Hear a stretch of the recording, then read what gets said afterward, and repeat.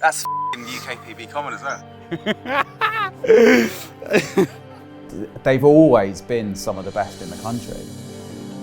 There's so few lakes that have had a stock of 40, 50, 60, like old strain, jet black, dark, English, scaly carp.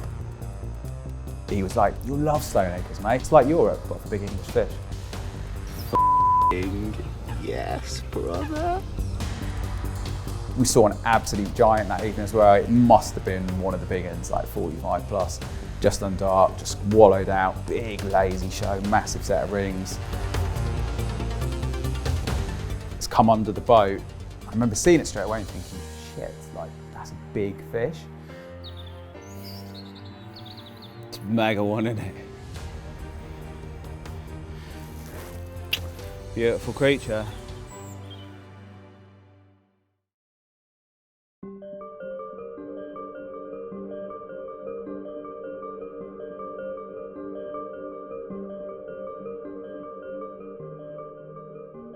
So it's now the end of May. I walk into the swim with the camera, and pretty much the first thing that happens is you get a bite. And this is Calf Bay. Yeah. Just there, well, just outside the window. Yeah. Classic Stoneacres swim. It's funny, again, from talking to little Rob, Calf Bay's always had a history of doing some bites in the week or two before they spawn. It's like always one of them areas that's good around that time of year. The last few years, they haven't really been in here as much since some of the snags were taken out on the back. They've not really spent as much time in there from what I can gather. But there was a fresh northeasterly forecast for that trip. First one we'd had for a good few weeks. It was going to be warm. And even before I got down here, I just knew where I wanted to be. I knew it was still really busy, and I knew there hadn't really been any caught, but I don't know, it was really strange. Like I just felt like if I could find them, I could catch them, which is it's rare for me. Like I don't always feel like that. Like certain lakes, like I've never quite gelled with, hasn't always felt right. But for some reason on here, like all season, I've just felt like if I could get near them, I could catch them. And you know, it's always a bit dangerous having an idea about what area of the lake you want to be in before you get to the lake. I always think that's like terrible angling. It's like not how I like to work at all. But I don't know, just had a feeling. Turned up really early again, turned up in the dark, as I was always doing. That spring, I always try and turn up like an hour before first light. Just get on my toes early, get on the bike. Like, you know, that first half an hour or an hour usually of the day was always like prime time to see stuff going on. And yeah, basically turned out the lad that was in Calf Bay was leaving that morning. He'd seen a couple the day before. So he's like, again, just like, you know, seemingly perfect timing really. Dropped a bottle in there and just spent the day looking. Wasn't really in any mad rush, but spent a bit of time literally stood on the little veranda, like just outside where we are here now, and saw a few of them.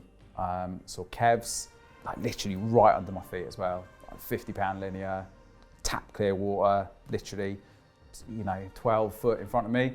See that drift through, like heart in the mouth kind of moment. Saw that. Saw coins, the big common that I'd caught the week before.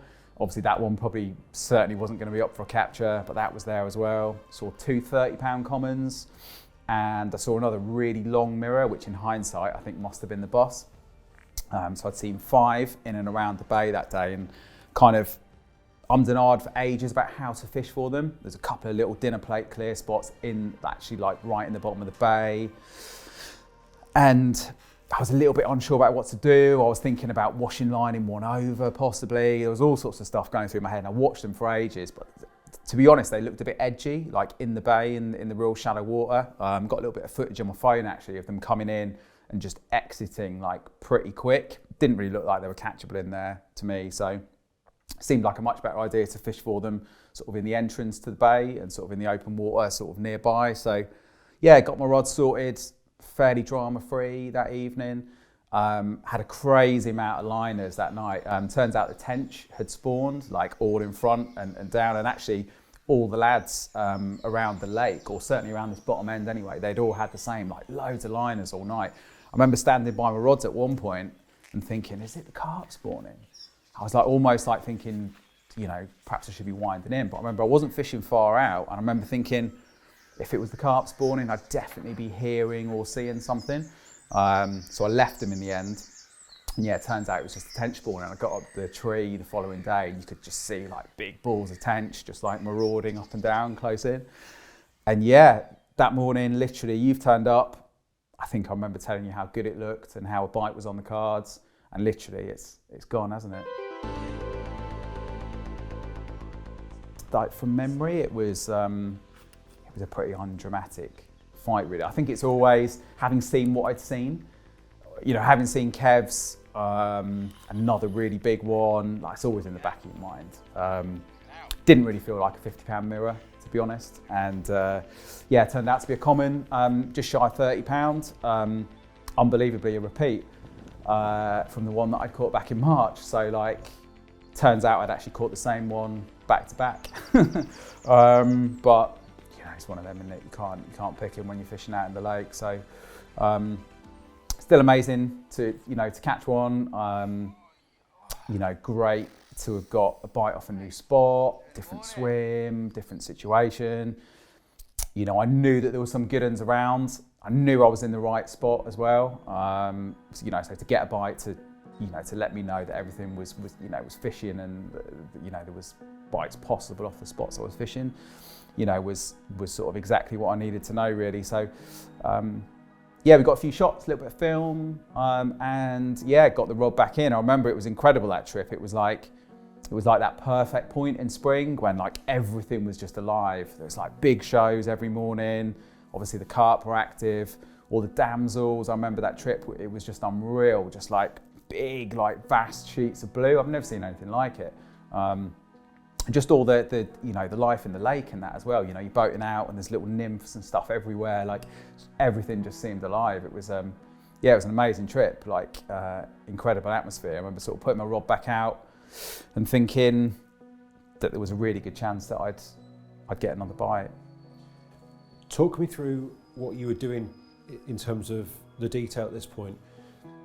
The spots that you opted for were in the mouth of the bay, weren't they? Or quite a long way out of the mouth of the bay, if we're honest. Yeah.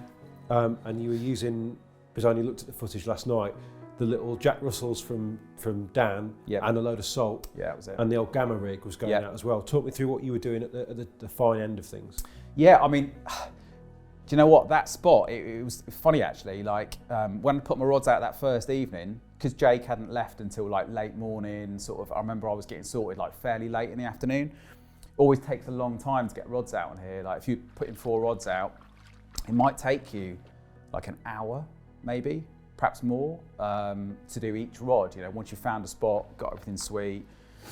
It's quite a long, slow process sometimes. And I remember I'd done my 3 rods that were fishing out of the right-hand side of the swim first, because I thought the one in the bay was going to be really easy.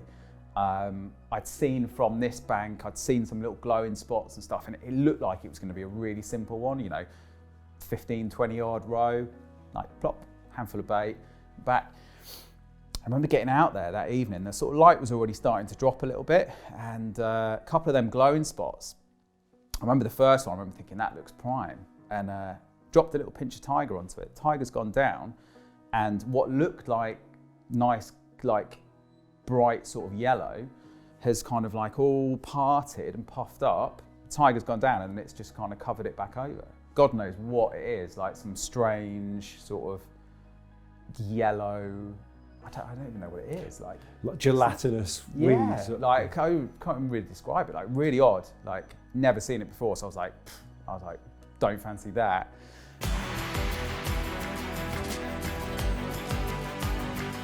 I don't think I was doing anything any different. Definitely wasn't doing anything special. I think it was literally just a case of like right time, right place, good rigs, the right stuff on the end. Come to Oxford for, innit? 51 pounder, 51 forward. 51